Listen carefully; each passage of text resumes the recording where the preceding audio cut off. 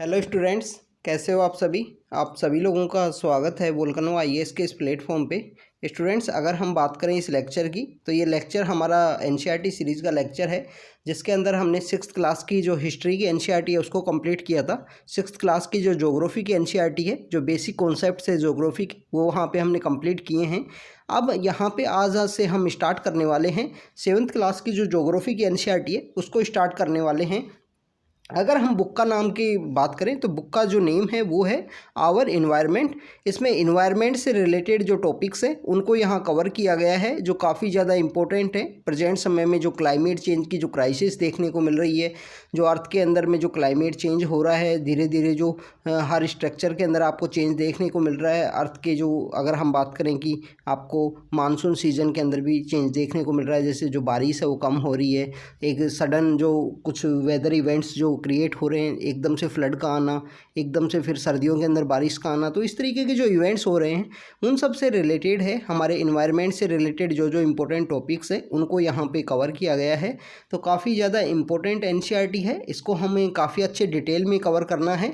अगर हम स्टार्टिंग में बात करें, सबसे पहले अगर हम बात करें तो सबसे पहले हमको जो बेसिकली इंडेक्स है, इंडेक्स को रीड करना चाहिए कि इंडेक्स के अंदर बेसिकली क्या क्या बताया गया है।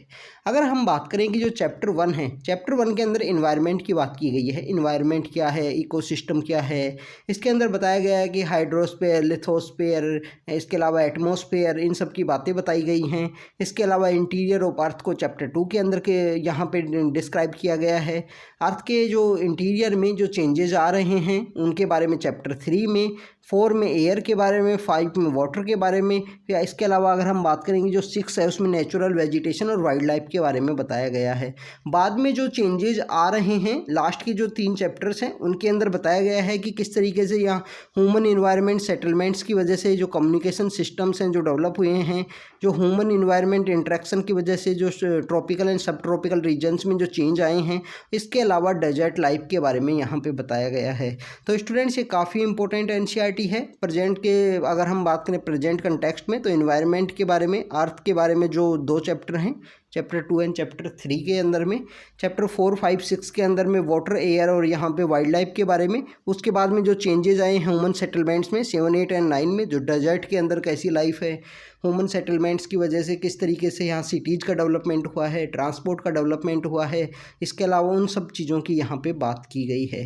तो स्टूडेंट्स, हमारा जो चैप्टर है, जो चैप्टर 1 है, उसको यहाँ पे स्टार्ट करते हैं। इन्वायरमेंट के बारे में हम देखते हैं। अगर हम पिछले जो क्लास में जो पिछले जो चैप्टर्स हैं, जो पिछले जो क्लास थी 6th क्लास की ज्योग्राफी, उसकी अगर हम बात करें तो उसके अंदर बेसिकली हमने वहाँ पे सोलार सिस्टम के बारे में देखा, अर्थ के एग्जिस्टेंस के बारे में देखा, वहाँ पे फोर्सेज के बारे में देखा, इंडिया में जो लैंड फॉर्म्स क्रिएट हुए हैं, प्लेन्स कैसे क्रिएट हुए, उन सब के बारे में वहाँ पे हमने बेसिक जो कॉन्सेप्ट है उनको एक बार समझने की कोशिश की थी।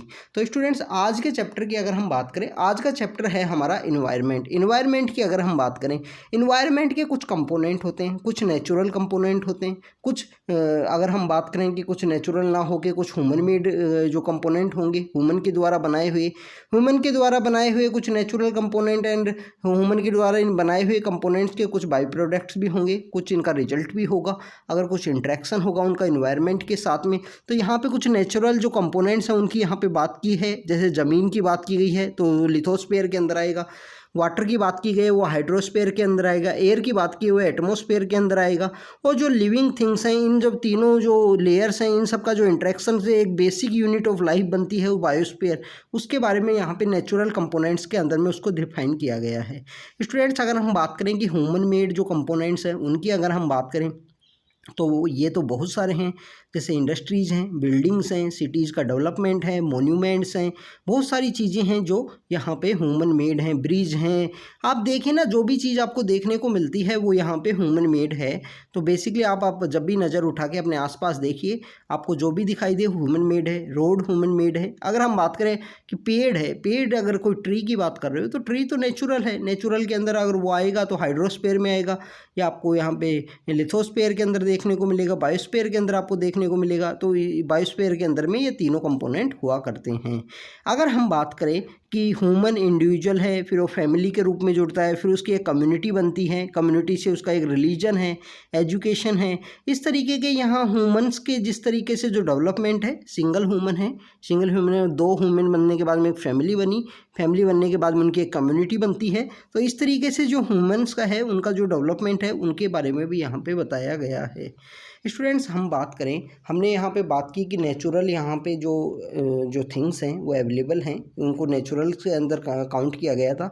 अब इसी के अलावा 2 तरीके की जो चीज़ होती हैं, 2 तरीके की जो थिंग्स होती हैं हमारे इन्वायरमेंट के अंदर में, कुछ होती हैं जिनको बोला जाता है जीवित, जो बायोटिक होती हैं, जिनको लिविंग थिंग्स जो होती हैं उनको यहाँ पे बायोटिक माना गया है। एबायोटिक क्या होती हैं? नॉन लिविंग एलिमेंट्स जो हमारे इस इकोसिस्टम में, जो इस इन्वायरमेंट के जो पार्ट हैं उनको यहाँ पे माना गया है एबायोटिक। तो बायोटिक क्या होती हैं? बायोटिक वो चीज़ें हों, वो लिविंग ऑर्गेनिजम्स हैं जो लिविंग हैं, जो जीवित हैं, जो जिंदा हैं, जिनके अंदर जान है। इसमें अगर हम बात करें, प्लांट्स हैं, एनिमल्स हैं, इसमें इनको पार्ट माना गया है बायोटिक कंपोनेंट्स के अंदर में। एबायोटिक कंपोनेंट क्या हैं? एबायोटिक कंपोनेंट वो हैं जो नॉन लिविंग हैं, जिसके अंदर लैंड है, इस तरीके के जो पार्ट हैं। जैसे आप कोई भी ह्यूमन मेड जो थिंग्स है, इंडस्ट्रीज़ हैं, इंडस्ट्रीज़ के अंदर अगर आप देखिए कोई मशीन है तो एबायोटिक के कंपोनेंट होंगे। तो स्टूडेंट्स यहाँ पे 2 टाइप से जो लिविंग थिंग्स हैं उनको डिवाइड किया गया है। बायोटिक कौन सी होती हैं? जो जीवित होती हैं, जिनके अंदर जान होती है। एबायोटिक कौन सी होती हैं? जो नॉन लिविंग है, जिसके अंदर लैंड है, ह्यूमन मेड जो भी प्रोडक्ट हैं वो बेसिकली एबायोटिक हैं। बायोटिक कौन सी है? जो मैक्सिममली नेचुरल हैं, जिसमें प्लांट्स हैं, एनिमल्स हैं, ये सब बायोटिक हैं यहाँ पे। तो स्टूडेंट्स ये सब हमने यहाँ पे देखा बायोटिक एंड एबायोटिक। तो place, people, things and the nature जो हम सराउंड करता है कोई भी लिविंग ऑर्गेनिज्म को, तो उसको बोला जाता है इन्वायरमेंट। हमने काफ़ी बार अब जब बात करते हुए सुना होगा कि अच्छे इन्वायरमेंट के अंदर है ये, तो वो बेसिकली आपका जो सराउंडिंग में जो चीज़ें होती हैं उनको एक बार इन्वायरमेंट बोला गया है। स्टूडेंट्स इसके अलावा देखिए कि it is a combination of natural and the human made phenomena, while the natural environment refers to the both biotic and abiotic conditions exist on the earth।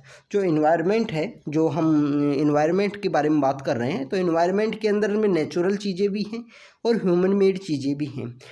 इसके अंदर हम नेचुरल की बात करें, नेचुरल में जो बायोटिक एबायोटिक दोनों conditions को यहाँ पे एग्जिस्ट किया गया है, दोनों कंडीशंस को माना गया है, जो अर्थ के ऊपर एग्जिस्ट करती हैं उनको यहाँ पे इन्वायरमेंट का पार्ट माना गया है।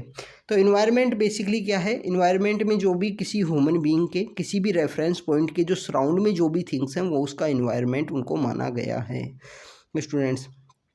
इसके अलावा हम देखिए यहाँ पे ये जो तीनों कंपोनेंट्स हैं वो एक दूसरे से जो कंबाइन होकर एक एरिया जो क्रिएट करते हैं उसको बोला जाता है बायोस्फीयर। आप देखिए एक हाइड्रोस्फीयर है, ये पानी का हिस्सा है, ये लिथोस्फीयर ज़मीन का हिस्सा है, ये एटमॉस्फेयर है। इन तीनों का जो कॉम्बिनेशन हो रहा है उसको यहाँ पे माना जाता है, उसको यहाँ पे क्या माना जाता है स्टूडेंट्स? उसको यहाँ पे माना जाता है। तो बेसिकली ये जो तीनों का जो कॉमन हिस्सा है, ये जो कॉमन हिस्सा है इसको यहाँ पे क्या माना जाएगा? इसको यहाँ पे माना जाएगा बायोस्फीयर। बायोस्फीयर, हाइड्रोस्फीयर, लिथोस्फीयर और एटमॉस्फेयर, इन तीनों का जो बेसिक जो फंक्शनल यूनिट ऑफ लाइफ है उसको बायोस्फीयर यहाँ पे माना गया है स्टूडेंट्स। अब हम बात करते हैं कि ये जो तीनों कंपोनेंट हैं बायोस्फीयर के, जिसमें हम बात करें कि लिथोस्फीयर क्या है? लिथोस्फीयर बेसिकली लिथोस का जो मीनिंग है वो है ज़मीन से जुड़ा हुआ, solid crust on the hard top layer of the earth. It is made of the rock, minerals and covered by a thin layer of soil.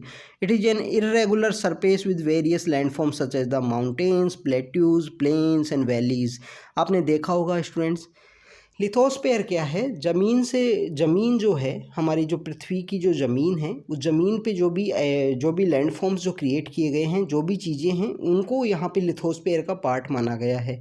अब इनके ऊपर चेंजेस भी आए हैं, कहीं पे वैली बनी है, कहीं पे डेजर्ट बने हैं, कहीं पे माउंटेन्स बनी हैं, तो ये सब लिथोस्फीयर का पार्ट हैं। लैंड फॉर्म्स जो फॉर्म होते हैं, जो बनते हैं, जो पाए जाते हैं कॉन्टिनेंट्स में and also on the ocean floor. Lithosphere is a domain that provide forest, grassland for the grazing, land for the agriculture and human settlement. It is also source of the mineral wealth। बिल्कुल सही बात है students कि ज़मीन पे हमको क्या क्या मिलता है, कि हमको यहाँ पे ज़मीन पे क्या नहीं मिलता है। आप देखिए, हमको फॉरेस्ट मिलेगा, हमको लैंड जो ग्रास लैंड्स हैं वो मिलेंगी ग्रेजिंग के लिए, एनिमल्स के ग्रेजिंग के लिए। ह्यूमन सेटलमेंट्स को जो डेवलप करना है उनके लिए ज़मीन मिलती है, एग्रीकल्चर के लिए ज़मीन है।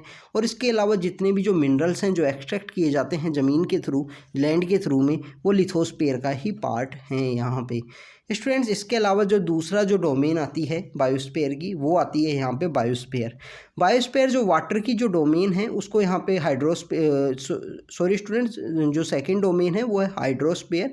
तो हाइड्रोस्फीयर यहाँ पे क्या है, हाइड्रोस्फीयर यहाँ पे जो वाटर की जो डोमेन है उसको हाइड्रोस्फीयर के रूप में जाना गया है। अब इसमें बहुत तरीके की वाटर बॉडीज होती हैं, रिवर होंगी, लेक्स होंगी, टैंक्स होंगे, सी होंगे, ओशियन होंगे। इन सब जो वाटर बॉडीज़ हैं इन सब को यहाँ पे काउंट किया गया है हाइड्रोस्फीयर के अंदर। ये असेंशियल है लिविंग ऑर्गेनिजम्स के लिए। अब हम बात करें atmosphere. Atmosphere means the air की जो सराउंडिंग है, हमारा जो एयर का जो सराउंडर है एटमॉस्फेयर का, उसको यहाँ पे एटमॉस्फेयर माना गया है। एटमॉस्फेयर हमको जो प्रोटेक्ट भी करता है हार्मफुल रेज से, जो सन से जो आती हैं अल्ट्रावायलेट रेज, उनसे हमको प्रोटेक्ट करता है, जिसमें अंदर एक ओजोन लेयर होती है। तो एटमॉस्फेयर के अंदर ही एक लेयर होती है ओजोन लेयर, तो वो हमको प्रोटेक्ट करती है अल्ट्रावायलेट रेज से। इसके अलावा इसमें गैसेज होती हैं, डस्ट भी होता है, वाटर वेपर भी होती है। वाटर वेपर का तो काफ़ी ज़्यादा इंपॉर्टेंस है स्टूडेंट। अगर हम बात करें कि हमारे एटमॉस्फेयर को हीट रखने के लिए वाटर वेपर की जो इम्पोर्टेंस है वो बहुत ज़्यादा है, इसके बारे में आपको पता होना चाहिए।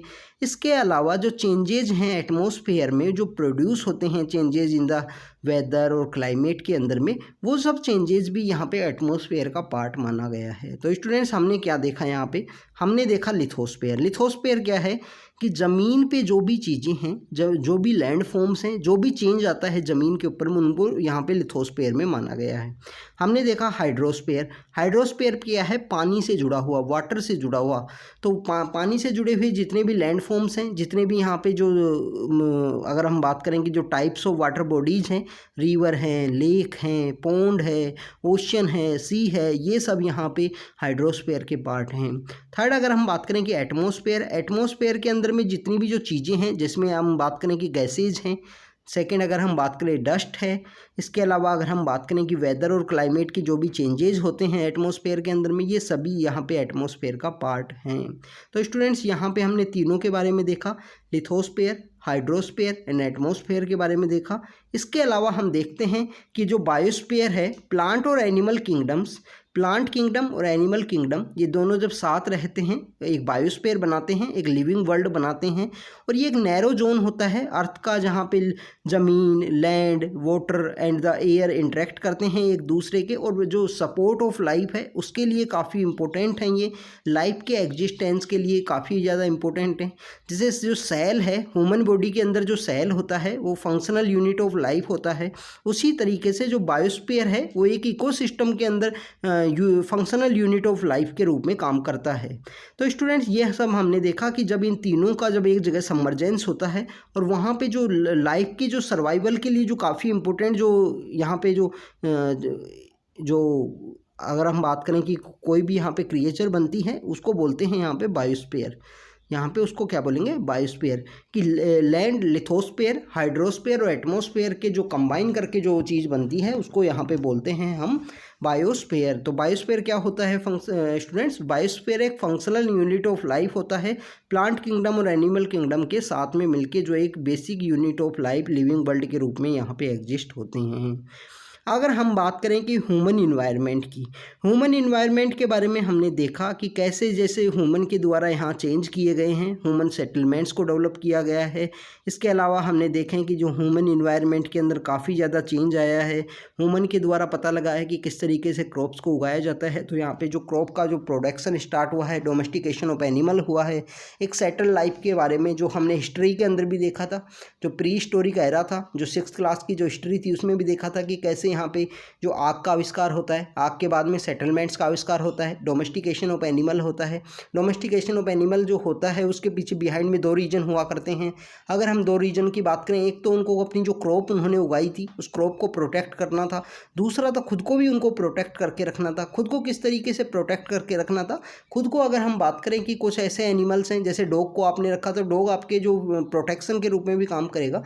तो ये सब जो ह्यूमन इन्वायरमेंट है, ह्यूमन सेटलमेंट्स का जो डेवलपमेंट हुआ, उनको यहाँ पे ह्यूमन इन्वायरमेंट की बात, ट्रांसपोर्टेशन का डेवलपमेंट है, इंफॉर्मेशन का डेवलपमेंट है।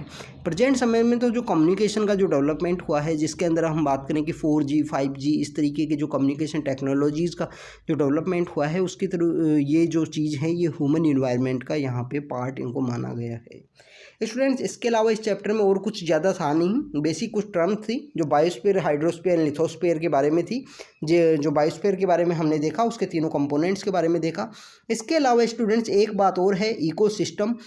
इकोसिस्टम की अगर हम बात करें, ये एक सिस्टम होता है जो formed by the interaction of all living organism with each other, with the physical and chemical factors of the environment with they lived, और linked by the transfer energy and the material के through जो जुड़े होते हैं, उसी को यहाँ पे इम्पोर्टेंट इकोसिस्टम माना गया है। इकोसिस्टम एक कंप्लीट सिस्टम होता है जिसके अंदर सभी चीज़ें इंक्लूडेड होती हैं। हमारा बायोस्फीयर, लिथोस्फीयर, एटमॉस्फेयर, ये सब यहाँ पे इंक्लूडेड होते हैं। इसके अलावा स्टूडेंट्स हमको एक बात और पता लगती है, जो इन्वायरमेंट है उसका एक इन्वायरमेंट डे मनाया जाता है यहाँ पे 5 जून को। 5 जून जो होती है उसको यहाँ पे इन्वायरमेंट डे मनाया जाता है। तो स्टूडेंट्स इस साल भी मनाया गया था 2022 में, जो प्रेजेंट में इन्वायरमेंट डे मनाया गया इंडिया के द्वारा, जो हमारे द्वारा कि जो लाइफ स्टाइल है वो अकॉर्डिंग टू इन्वायरमेंट होनी चाहिए। लाइफ एक इनिशिएटिव लॉन्च किया गया है इंडिया के द्वारा यहाँ पे। वर्ल्ड इन्वायरमेंट डे काफ़ी ज़्यादा इंपॉर्टेंट है। एक यूनाइटेड नेशन जो इन्वायरमेंट प्रोग्राम है, यूएन प्रोग्राम, UNEP भी है एक यूनाइटेड नेशन का, UNEP, यूनाइटेड नेशन इकोनॉमिक जो इन्वायरमेंट प्रोग्राम है, 1973 में एग्जिस्टेंस में आया था, और इसका जो हेडक्वार्टर है वो केन्या के अंदर है। इनके बारे में भी हमको पता होना चाहिए। तो जो बेसिक जो 2-3 जो चैप्टर्स हैं उनके अंदर ज़्यादा कुछ इन्फॉर्मेशन नहीं है, ये बेसिक पार्ट हैं, इनके बारे में हमको पता होना चाहिए। NCERT में जब भी हम रीड करते हैं तो हमें बेसिक जो चीज़ें हैं वो ही हमको सीखनी है। क्योंकि कभी कभी जो क्वेश्चंस हैं वो बेसिक जो NCERT है या बेसिक कोई टॉपिक्स हैं उनसे भी पूछ लिए जाते हैं। तो इन जो फाउंडेशनल जो टॉपिक्स हैं इनको हमको क्लियर होना चाहिए। इतना ज़्यादा डिटेल में है नहीं 3 चैप्टर्स के अंदर, 3-4 चैप्टर्स के अंदर में। उसके बाद में जो चैप्टर्स हैं उनमें थोड़ा बहुत डिटेल में दिया हुआ है। धीरे धीरे ये हमको जो बुक्स हैं उनको कवर करना है, इस वजह से हम इनको कवर कर रहे हैं, क्योंकि ये फाउंडेशन के लिए काफ़ी इंपॉर्टेंट है। कुछ ऐसी शॉर्ट एंड माइन्यूट बातें होती हैं जो सिर्फ इन्हीं NCERTs के अंदर मिलती हैं, तो वो क्वेश्चंस हमको सॉल्व करने में हमको हेल्प करे। तो स्टूडेंट्स हम इन जो टॉपिक हैं, बायोटिक, एबायोटिक, इन्वायरमेंट, इन सबको जब हम इन्वायरमेंट जो चैप्टर इन्वायरमेंट जो सब्जेक्ट है उसको जब हम कंप्लीट करेंगे तो उस समय भी यहाँ पे इनको डिटेल में रीड करेंगे। उस समय में हम जो बुक रेफ़र करेंगे, अगर हम शंकर IAS रेफ़र करेंगे या कोई दूसरी बुक रेफ़र करेंगे तो वहाँ पे इनको हम कम्प्लीटली डिटेल वे में इनको डिस्कस करेंगे, इन सभी टॉपिक्स को। तो स्टूडेंट्स आज के लेक्चर में हम इतना ही रखते हैं फर्स्ट चैप्टर के अंदर में। सेकेंड और थर्ड चैप्टर को भी जल्दी आपको कवर करवा दिया जाएगा। तो स्टूडेंट्स आप अच्छे से हार्ड वर्क कीजिए, अच्छे से पढ़ाई कीजिए। तो थैंक यू वेरी मच।